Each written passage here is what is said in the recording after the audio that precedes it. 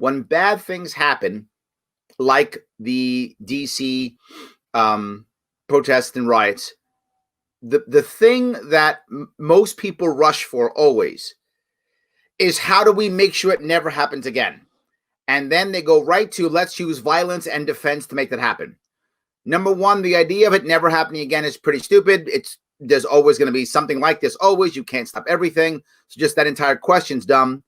And second, the best way of defense against something like this is people not wanting to do it. That's the best defense. If we change our environment to where this seems silly or dumb or won't work or whatever, or it doesn't feel like the last answer, people won't do it.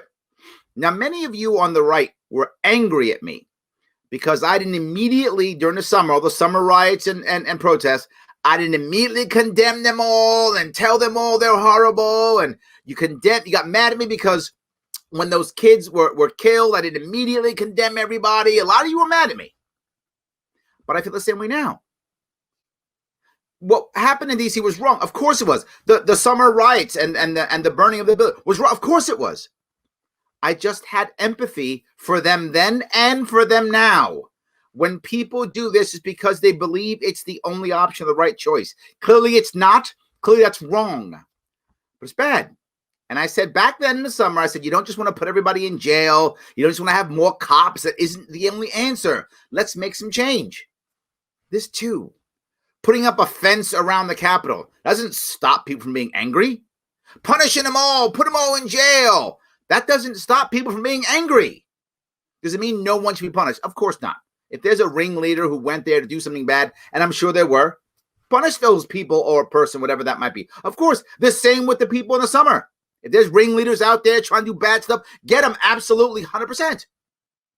But the more we make this mass punishment, the more we do this, particularly in the case of the summer riots, the more they punish, see, cops are bad, they won't change. That was the narrative, right? Of course, I got to defund them now.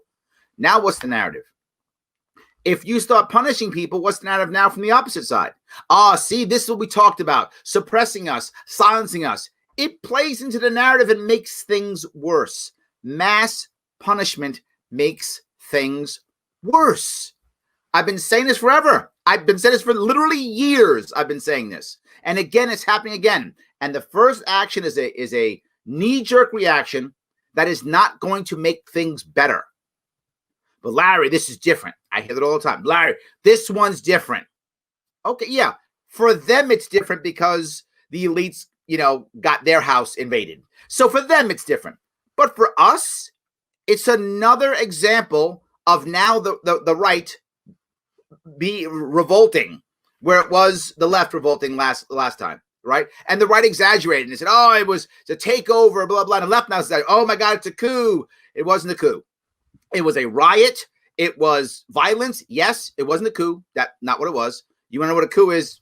Ask Turkey. They'll tell you what a coup is. Ask the Russians, 93, when they're firing artillery into the White House. That's a coup. This was a bad riot.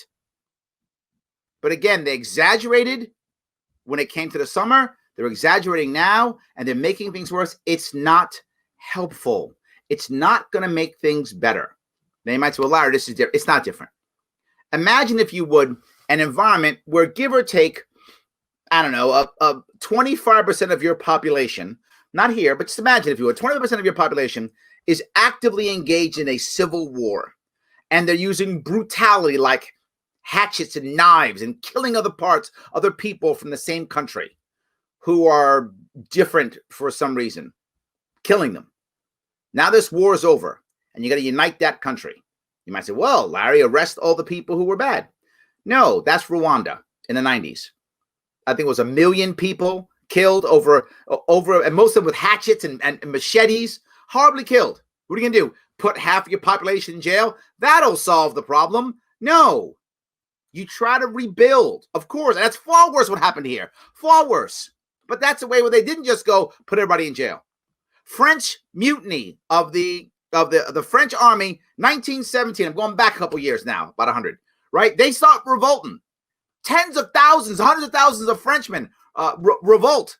They're mutiny. They're shooting their own officers. They won't attack. The mutiny was so bad during World War I, the Germans didn't believe it. They thought it can't be this bad. They literally ignored it and didn't attack. If the Germans had attacked when the French mutiny in 1917, the Germans could have just literally walked to Paris. They didn't believe it was so bad. So, of course, what did the French do? Crush everybody? No! The French brought a popular general back who had respect of everyone. They did punish some people, like 24 people were hanged, which is bad, but I mean, they were literally shooting officers in the trenches. So those guys you got to get rid of. I got it. But that was about it. They then began to heal. We can't go on mass punishment. It doesn't work. And the stuff we dealt with last week was nowhere near as bad as Rwanda or a French military mutiny. Not even close to that. Our own civil war. Far worse than both of those, in our eyes, for sure. You don't just go, okay, and you don't just go punish everybody. You find the right way of handling these issues. I hope we can figure this out. I think we can't. I've been saying that forever. I think we can't. But not just that. This was predictable, as I said before, and preventable, as I've said before. Cancel culture right now, which is coming up, I get the warm, fuzzy feeling about cancel culture. It feels good. I took this guy down. I get the warm, fuzzy feeling. And man, is that going to back off.